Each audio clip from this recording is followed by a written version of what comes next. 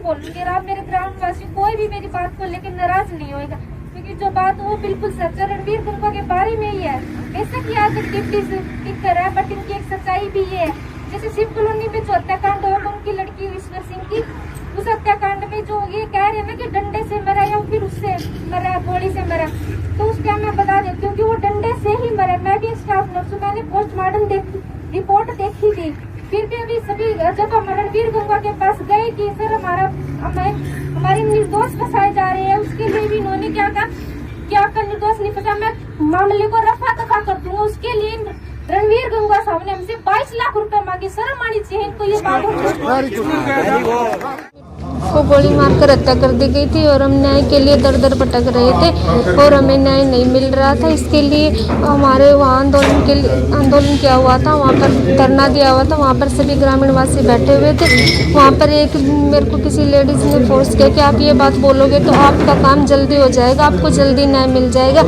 उस लालच में आके मुझे लगा काम जल्दी हो जाएगा, इसलिए मैंने वहाँ पर जाके ऐसे बोला। अब मैं उनके लिए इस चीज़ के लिए उनसे माफ़ी चाहती हूँ। वो वैसे व्यक्ति नहीं है, उनकी छवि बिल्कुल साफ है और ना मैं इस चीज़ के लिए उनसे बिल्कुल माफ़ी चाहती हूँ। मेरे सारे ग्रामीण वासियों से माफ़ी चाहती हूँ, क्योंकि वो हमें सभी सपोर्ट कर रहे हैं और वो हमारे सपोर्ट के लिए वहाँ आए थे। मेरे द्वारा लगाए गए आरोपों के लिए मैं दिल से उनसे माफ़ी चाहती हूँ और वो ऐसे व्यक्ति नहीं है। बस मैंने बहकावा में आके स्टेटमेंट दे दी। तो कौन लोग थे जो आपको, जिसके बहकावे में आप आई, वहाँ जो महिलाएं थी और थे, वो कौन लोग थे? आपके जो समर्थक ही थे वो? मैं उन्हें नहीं जानती वो कौन थे। तो जैसे रणवीर जी वहाँ गए, आप लोगों को आश्वासन में दिया, उससे कितने का आप संतुष्ट है आश्वासन से? आश्वासन से हम संतुष्ट थे, उन्होंने आश्वासन जो दिया, बट जब तक हमें न्याय नहीं मिलेगा तब तक हम कुछ नहीं कह सकते। तो अभी कितनी उम्मीद है आपको न्याय मिलने की? जैसे अभी डेड बॉडी के अंतिम संस्कार नहीं किया, वहाँ पे आप कहते हैं कि पुलिस फोर्स आपको डेड बॉडी नहीं दे रही, उधर से पुलिस फोर्स कहती है कि ये ना रोड पे रखने की हमें आशंका जताई इसलिए नहीं दे रहे हैं। तो आपको क्या लगता है कि सरकार और प्रशासन आप लोगों की कितनी सुनवाई करेगी, कब तक कार्रवाई होगी?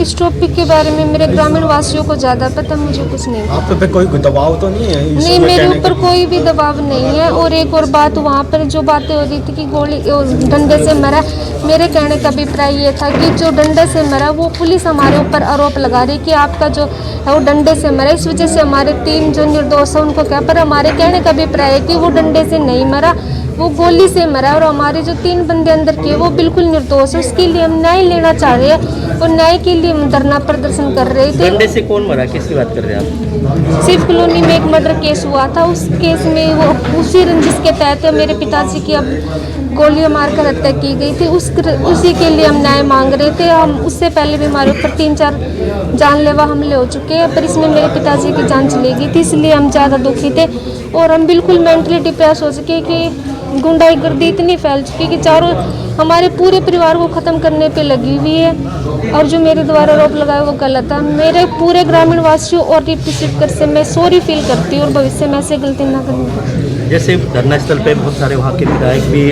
जोगीराम सिंह भी पहुँचे, जिला अध्यक्ष भी पहुँचे, सभी नेता पहुँचे, उसके बावजूद ही आज 5वां 6ठा दिन होने गया है। तो आपको अभी तक जो दोषी है उनकी गिरफ्तारी नहीं हुई, तो कितनी उम्मीद है आपको अब सरकार पे और प्रशासन पे?